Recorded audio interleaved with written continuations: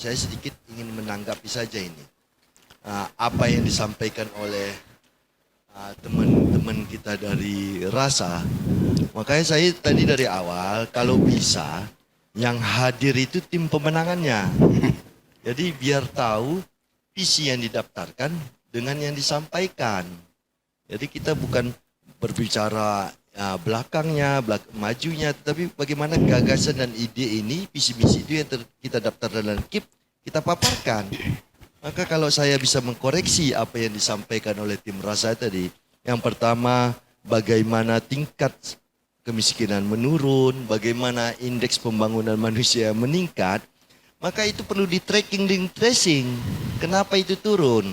Jadi mungkin Pak Rudi ini belum baca bahwa indikator kemiskinan dan indeks pembangunan manusia di Aceh Tenggara itu turun karena ada BLT dari pusat. Apa saja dulu waktu itu? Ada bantuan UMKM yang diberikan kepada masyarakat. Yang kedua, ada bantuan presiden beras. Jadi 6 langkah menurunkan kemiskinan itu ya. Yang pertama, ditambahi pendapatannya, dikurangi pendapatannya, kurangi dampak bencananya, peningkatan kualitasnya. Jadi kalau kita lihat bahwa Kabupaten Aceh Tenggara apa dilakukannya, saya juga bingung ini. Nah, makanya kalau di omongan itu lihat data dulu. Bahwa itu salah satu indikatornya adalah karena ada bantuan dari pusat, UKM, dan bantuan beras dan lainnya.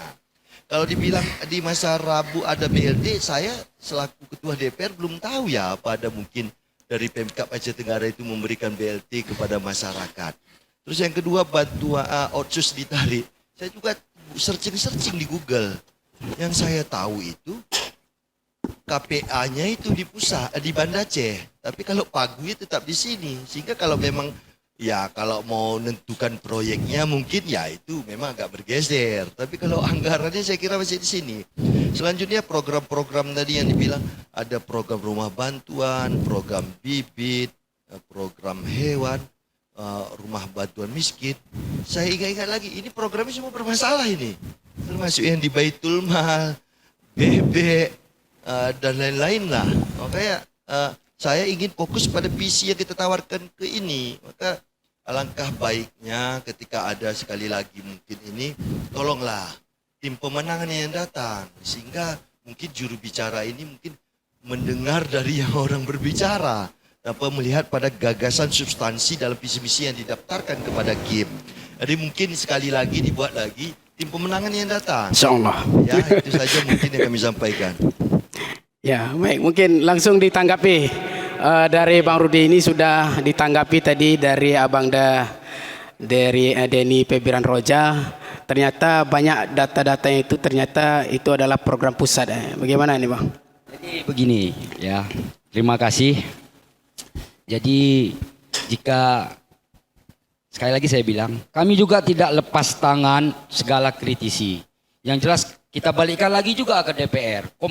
Apabila dikritisi terus di masa Rabu, Bang Raidin 5 tahun, DPR itu komposisi yang terbanyak adalah Golkar.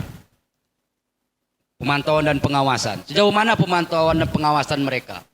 Terkait pupuk juga tadi, ini kan sama aja kayak menyubit diri kita sendiri. Komposisi di DPR itu yang terbanyak adalah Golkar. KP3 masalah pupuk. Selain Sekda memang kan ada kepolisiannya, ada DPR-nya juga di situ. Pengawasan pupuk subsidi. Ini mikrofon. Jadi kan kita realistis lah. Jadi pengawasan ini toh juga kenapa sekarang terlalu menggaung-gaungkan terlalu menghantam, toh juga selama 5 tahun berturut-turut visi dan misi Bang Raidin di DPR diterima kok. Belum ada penolakan. Diterima. Jadi alangkah baiknya, oke lah kami terima kritisi ini. Jadi saya bilang tadi, kita bukan tidak sesuai konsep visinya, misinya yang kita ajukan. Hanya aja saya coba mereduksi bahasa sederhana mungkin. Karena ini podcast waktunya sedikit. Saya coba juga, selain mengkonter serangan selama ini, saya juga coba menjelaskan. Kalau hanya visi dan misinya saya bacakan, nanti terus kapan saya mengkonternya? Ini kan bagian dari strategi kita masing-masing kandidat. Karena posisi hari ini, Rasalah yang paling diserang. Jadi saya harus counter. Nah, terkait misi kita kan tadi juga banyak yang sudah kita setorkan. Terkait kalau ada yang mengalami meninggal atau kematian itu kan kita telah memberikan santunan 3 juta yang telah digaung-gaungkan oleh kandidat Rasa. Kan begitu. Termasuk ada pemberian beasiswa keberangkatan lulus perguruan tinggi negeri buat S2-nya dokter spesialis. Inilah saya bilang tadi, 2 prioritas kesehatan dan pendidikan dari Bang Raidin sehingga dia menjadikan Bang Sahrijal menjadi wakilnya. Ini fokus kita terhadap pendidikan dan kesehatan. Bagaimana menciptakan SD unggulan. Jadi nggak perlu lagi anak-anak kita sekolahkan ke Medan, kemana, SMP unggulan. Mendorong sekolah-sekolah SMA ini yang berkualitas menciptakan SMA nanti. Kalau mungkin di Banda Aceh ada modal bangsa, harapan bangsa apa itu. Kita juga ciptakan. Yang banyak mayoritas bisa lulus perguruan tinggi negeri. Itu yang menjadi pemikiran Bang Raidin dan Bang Sahrijal. Ditugaskanlah Bang Sahrijal untuk menyelesaikan program misi itu. Pendidikan yang berkualitas. Sehingga harus dia beasiswakan. Dosen-dosen UGL ada kampus-kampus di sini. Bagaimana menjadikan putra-putri Aceh Tenggara ini banyak S3. Bahkan kita dorong bisa menjadi profesor. Itu menjadi pemikiran fokusnya Bang Raidin juga. Di dunia kesehatan bagaimana menciptakan spesialis sebanyak mungkin. Karena kelemahan kita selama ini, kita bisa mendatangkan alat-alat medis yang canggih. Tapi spesialis kita masih mengandalkan orang luar. Sulit dia bisa bertahan di daerah kita ini. Sehingga solusi satu-satunya adalah bagaimana memperbanyak spesialis putra-putri daerah kita. Agar bisa kita tidak lagi melihat ada rujuk-rujukan ke provinsi tetangga. Karena nyawa pasien yang darurat ditentukan 6-8 jam menuju Medan. Tidak bisa kita atasin sini. Itu menjadi konsen. Dan itu tidak mungkin kayak membalikkan telapak tangan 1 tahun 2 tahun. Makanya periode berikutnya Bang Raidin akan tuntaskan ini semuanya. Akan selesaikan program-program yang tertunda ini. Mudah-mudahan kita semuanya masyarakat masih satu rasa. Kita jaga demokrasi kita, demokrasi riang gembira tetap bersahaja. Demikian. Ya. Sarah sama dia. Ya baik, itu tadi udah saya menanggapi. Nanti boleh untuk sebagai closing statement untuk sekaligus ditanggapi. Inilah saya lagi-lagi nih, memang seharusnya tim pemenangan yang hadir. Karena apa? Pengalaman lebih mengetahui. Yang pertama bahwa KP3 itu posisinya DPR tidak ada. Coba dicek nanti di situ. Ada Bung Arnold di sini. Ya, coba cek apa. Ya. Nanti jangan dipotong dulu. Kita sama-sama mendengar dan menjawab. Nanti cek di tahun berapa itu KP3 itu. Dalam rangka komposisinya DPR masuk. Tapi kalau ini nanti bisa kita lanjutkan. Itu yang pertama. Yang kedua, bagaimana bentuk pengawasan di DPR? Lihat aja bagaimana Pak Kasri itu banting-banting meja, bagaimana kami memanggil. Tapi lagi-lagi kita pengawas. Eksekutornya pemerintah kabupaten. Ketika ini sudah ditemukan, coret terus. Cek, cek. Nah, gitu. Nah, kalau memang nggak main kedip mata gitu. Nah, itu. Yang kedua, terkait dengan DPR menerima visi misi. Nah, ini saya ngomong lagi. Ini nggak apa-apa biar tahu publik. Visi misi pemerintahan Rabu sebelumnya itu disahkan sama anggota DPR pada masa periode sebelumnya. Menjadi RPJMD kita. Tapi tahu nggak Pak Rudi sedihnya? Dirubah sepihak. Kanun kita itu dirubah melalui Perbup. Saya juga nggak tahu itu bagaimana, apakah boleh atau tidak. Target 5 tahun dirubah sendiri pakai Perbup menjadi Perbup sendiri, kanun dirubah pakai Perbup. Kalau nggak percaya ini bisa diuji. Nah, itu makanya lagi-lagi harus memang tim pemenangan. Jadi ini saya jawab. Ngomong dulu jadi bantah. Sudah. Namanya nggak Ya, ya. Masalah 3 juta ya. Saya baca di KIP 5 juta. Di sini 3 juta. Makanya kalau ngomong itu bukan membangun opini dari pikiran kita ya. Karena ini kan adu gagasan kandidat ya, bukan gagasan kita. Makanya yang didaftarkan itu kita bicarakan sebagai tim pemenangan. Sehingga tidak membangun ya di luar konteks visi misi lah. Kalau kita tracing 3 juta ini, kalau kematian satu orang satu hari itu 10 orang, dikalikan 1 bulan, kami menjadi 30, dikalikan 12 menjadi 3.600, dikali 3 juta itu kurang lebih itu 10,8 miliar. 10,8 miliar ini kalau dikasih itu kan udah dapat saya juga tuh ya. Termasuk Pak Rudi pun kalau meninggal kan gitu nih. Dapat ya kan? Tidak pandang bulu kan? Itu kita dapat semua. Padahal kalau di tracking terhadap orang yang susah, yang miskin ini, kalau dibagikan BPJS Ketenagakerjaan yang saya buat itu sudah mengcover kurang lebih 65.000 orang, dibagikan aja 200 atau 180 lah setahun, ada diskonnya itu. Maka sudah mengcover 65.000 orang yang kita ini nggak masuk. Nah, jadi pemikiran itu harus, jangan, ini kan bantuan sosial ya. Namanya kalau dalam pemerintah itu bantaran sosial. Bantaran sosial itu orang yang layak seperti kita ini sudah penghasilannya sudah tinggi, dapat bantuan dari pemerintah sebagai fasilitas, itu nggak layak dapat bantaran sosial. Maka berikanlah haknya kepada mereka. Kalau saya dapat 3 juta, hari ini saya terdaftar di kantor BPJS Ketenagakerjaan. Masa saya dapat 42 juta yang meninggal, dapat lagi 32 juta, dapat lagi santunan dari DPR. Rame-rame, sedang mereka 3 juta kita pun harus dapat. Itulah. Nah, makanya rasional berpikirnya, lebih visioner gitu. Makanya ketika ini 65.000 diberikan kepada penduduk Kabupaten Aceh Tenggara, ya lebih paten lagi. Terus penganggaran bagaimana? Ini menganggarkan orang meninggal ini. Berapa dianggarkan? Kalau penduduk Aceh Tenggara ini 230.000, apakah kita anggarkan dalam PPK kali 3 juta? Atau di estimate aja meninggal sekian. Kalau lebih, Pak kandidat nomor 2 ini bilang, sejak saya dilantik, besok saya kasihkan dia meninggal. Kalau nggak tercover gimana ini? Makanya saya bingung.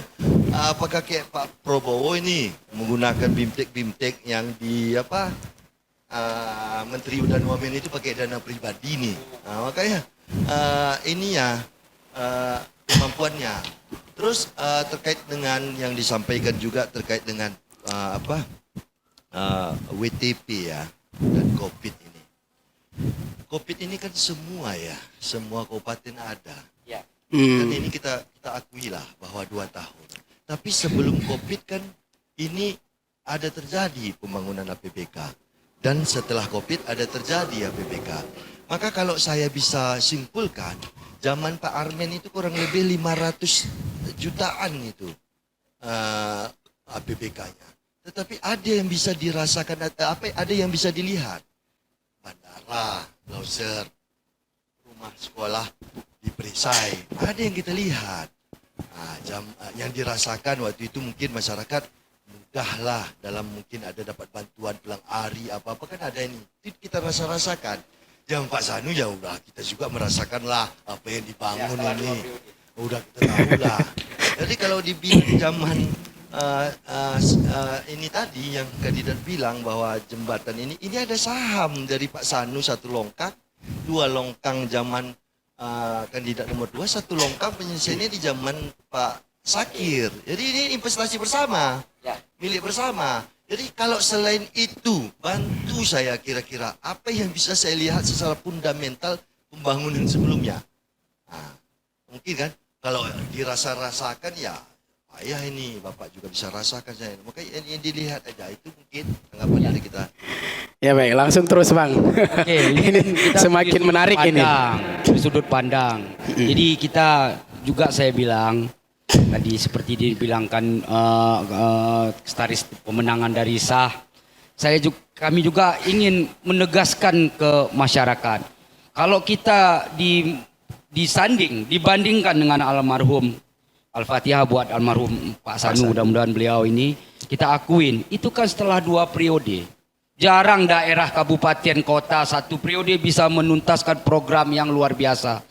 Makanya Bang Raiden bertekad di periode kedua ini disitulah nanti mengejar impian-impian membangun daerah ini. Beliau pengen masa terakhir beliau 2024-2029 ini meninggalkan sesuatu buah tangan yang baik. Itu yang tergambar kadang-kadang ini, makanya di saat beliau berkampanye semangatnya itu luar biasa, emosionalnya itu pengen menyampaikan ini loh niatanku. Dia juga akuin ada yang tertunda masa beliau.